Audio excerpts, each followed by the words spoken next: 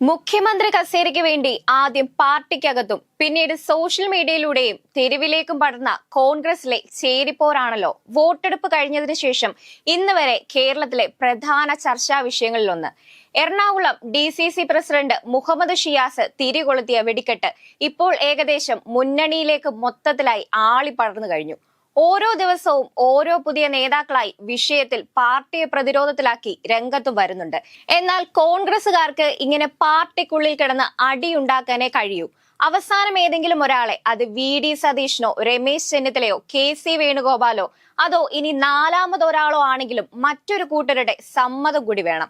അതാണ് മുന്നണിക്കുള്ളിലെ മുസ്ലിം ലീഗിന്റെ സ്വാധീനം. പ്രത്യേകിച്ച് മലബാർ മേഖലയിൽ ലീഗില്ലെങ്കിൽ കോൺഗ്രസ് ഇല്ല എന്ന സ്ഥിതിയിലാണ്.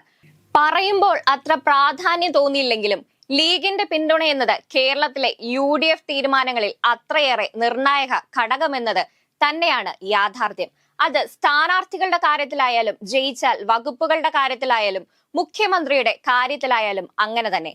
ഏറ്റവും വലിയ ഘടകകക്ഷി എന്നതിനപ്പുറം ലീഗ് പിടിക്കുന്ന സീറ്റുകളാണ് കോൺഗ്രസിനെ അധികാരത്തിലേറ്റുക.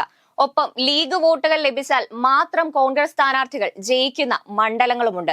അത് തിരിച്ചറിഞ്ഞ് തന്നെയാണ് വോട്ടെടുപ്പ് കഴിഞ്ഞ് വോട്ടെണ്ണൽ വരെയുള്ള 3 ആഴ്ചയോളം നീണ്ട കാലത്ത് പ്രധാന കോൺഗ്രസ് നേതാക്കളുടെ പ്രതിനിധികളെല്ലാം പാണക്കാട്ടേക്ക് വണ്ടി കയറുന്നത്. കോൺഗ്രസിനുള്ളിൽ മുഖ്യമന്ത്രി കസേരയ്ക്കായി വടംവലി മുറുകുമ്പോൾ ലീഗിന്റെ പിന്തുണ ഉറപ്പിക്കാനുള്ള തത്രപ്പാടിലാണ് പ്രമുഖ നേതാക്കൾ. KC വേണുഗോപാലിന്റെ ദൂതനായി AP അനിൽകുമാർ കഴിഞ്ഞ ദിവസം പാണക്കാട് സന്ദർശനം നടത്തിയത് പിന്തുണ തേടാൻ വേണ്ടിയാണെന്ന സൂചന. പരസ്യമായി തങ്ങൾ ആരെയും പിന്തുണയ്ക്കില്ല, കോൺഗ്രസ് ആരെ തീരുമാനിക്കുന്നുവോ അവരെ പിന്തുണയ്ക്കും എന്നെല്ലാമാണ് മാധ്യമങ്ങൾക്ക് മുന്നിലെ ലീഗിന്റെ നിലപാട്. പക്ഷേ കോൺഗ്രസ് ആരെ തീരുമാനിച്ചാലും പിന്തുണച്ചിരിക്കും എന്നാവണമെന്നില്ല ഇതിന്റെ പൊരുൾ. തങ്ങൾക്ക് കൂടി സ്വീകാര്യനായ പാർട്ടിയുടെ താല്പര്യങ്ങൾക്കൊപ്പം നിൽക്കുന്ന ഒരാളെ തന്നെയാകും ലീഗും ആഗ്രഹിക്കുന്നത്. ലീഗ് ഒരാളെ ചൂണ്ടിക്കാണിച്ച് മുഖ്യമന്ത്രിയാക്കണമെന്ന് പറഞ്ഞാൽ തള്ളിക്കളയാൻ കോൺഗ്രസിനാകില്ല. എങ്കിലും പ്രതിപക്ഷ നേതാവ് VD സതീശന് അനുകൂലമാണ് ലീഗ് നിലപാടെന്നതാണ് പൊതുവിലയിരുത്തൽ. പ്രതിപക്ഷം എന്ന നിലയിലുള്ള മുന്നണിയുടെ പ്രവർത്തനങ്ങളിൽ ഭൂരിപക്ഷം ലീഗ് അണികളും തൃപ്തരാണ്. വോട്ടെടുപ്പ് കഴിഞ്ഞതിന് പിന്നാലെ ലീഗിന്റെ സംസ്ഥാന ജനറൽ സെക്രട്ടറി PMA സലാം പറഞ്ഞത് UDF വിജയിച്ചാൽ അതിൽ ലീഗിന്റെ പങ്ക് പരിഗണിച്ച് തങ്ങൾക്ക് ഉപമുഖ്യമന്ത്രി സ്ഥാനം ചോദിക്കാൻ അർഹതയുണ്ട്, പക്ഷേ അത് ചോദിക്കില്ലെന്നാണ്. മലപ്പുറവും കോഴിക്കോടും തൂത്തുവാരുമെന്ന് പറഞ്ഞതായിരുന്നു സലാമിന്റെ അവകാശവാദം. എന്തായാലും മുഖ്യമന്ത്രി സ്ഥാനം കോൺഗ്രസിന് അവകാശപ്പെട്ടതാണെന്ന കാര്യം അദ്ദേഹം സമ്മതിക്കുന്നുണ്ട്. ഇപ്പോൾ ഒരു പേരും പറയുന്നില്ല, കോൺഗ്രസ് ചോദിക്കുമ്പോൾ മാത്രം അഭിപ്രായം പറയാമെന്നതാണ് നിലവിലെ നിലപാട്. ഇടയ്ക്ക് ലീഗ് മുഖ്യമന്ത്രി സ്ഥാനം വരെ ചോദിച്ചെന്ന തരത്തിൽ വാർത്തകൾ വന്നപ്പോൾ അവർക്കതിന് അർഹതയുണ്ട്, ആവശ്യപ്പെട്ടിട്ടില്ല എന്നതായിരുന്നു രമേശ് ചെന്നിത്തലയും പറഞ്ഞത്. എന്നാൽ ഇത്തരം ചർച്ചകളുടെ അപകടവശം തിരിച്ചറിഞ്ഞിട്ടാവണം പിന്നീട് നേതാക്കളാരും ഇക്കാര്യം അധികം സംസാരിച്ചിട്ടില്ല. എങ്കിലും നിലവിൽ കോൺഗ്രസിനകത്ത് നടക്കുന്ന വടംവലികളിൽ തങ്ങളുടെ അതൃപ്തി ലീഗ് പരസ്യമായി തന്നെ പ്രകടിപ്പിച്ചിട്ടുണ്ട്. ഒത്താൽ ഹൈക്കമാൻഡിനെ അറിയിക്കാനും തീരുമാനിച്ചിട്ടുണ്ട്. ലീഗിന്റെ പിന്തുണ അത്രമാത്രം നിർണായകമാണെന്നിരിക്കെ മുഖ്യമന്ത്രിയാവാൻ സാധ്യത കൽപ്പിക്കുന്ന നേതാക്കളെല്ലാവരും ഇതിനുള്ള അന്തർധാര സജീവമാക്കിയിട്ടുണ്ട്. VD സതീശനാണെങ്കിലും ചെന്നിത്തലയാണെങ്കിലും KC വേണുഗോപാൽ ആണെങ്കിലും അവർക്ക് മുന്നോട്ട് പോകാൻ പാണക്കാട് കുടുംബത്തിന്റെ അനുഗ്രഹം അത്യാവശ്യമാണ്. ഇക്കൂട്ടത്തിൽ KC വേണുഗോപാലാണ് കൂടുതൽ ആവശ്യക്കാരൻ.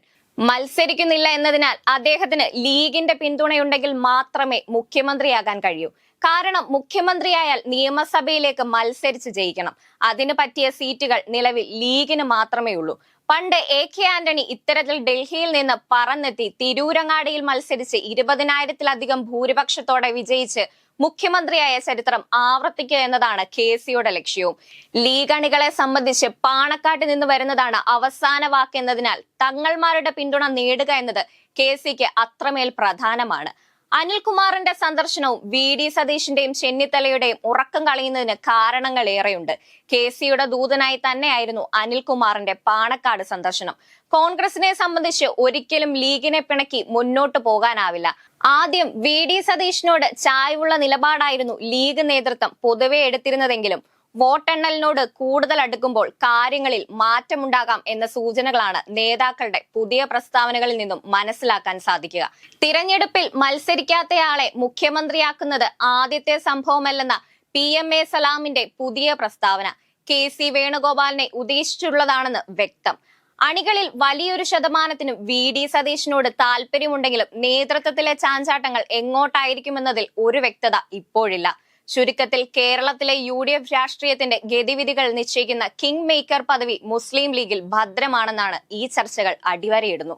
കെ.സി. വേണുഗോപാലിന്റെ അപ്രതീക്ഷിത നീക്കങ്ങളും അതിനോടുള്ള ലീഗ് നേതൃത്വത്തിന്റെ അനുകൂല പ്രതികരണങ്ങളും വി.ഡി. സതീശൻ, രമേശ് ചെന്നിത്തല തുടങ്ങിയവരുടെ രാഷ്ട്രീയ സമവാക്യങ്ങളെ തെറ്റിക്കുന്നുണ്ട്.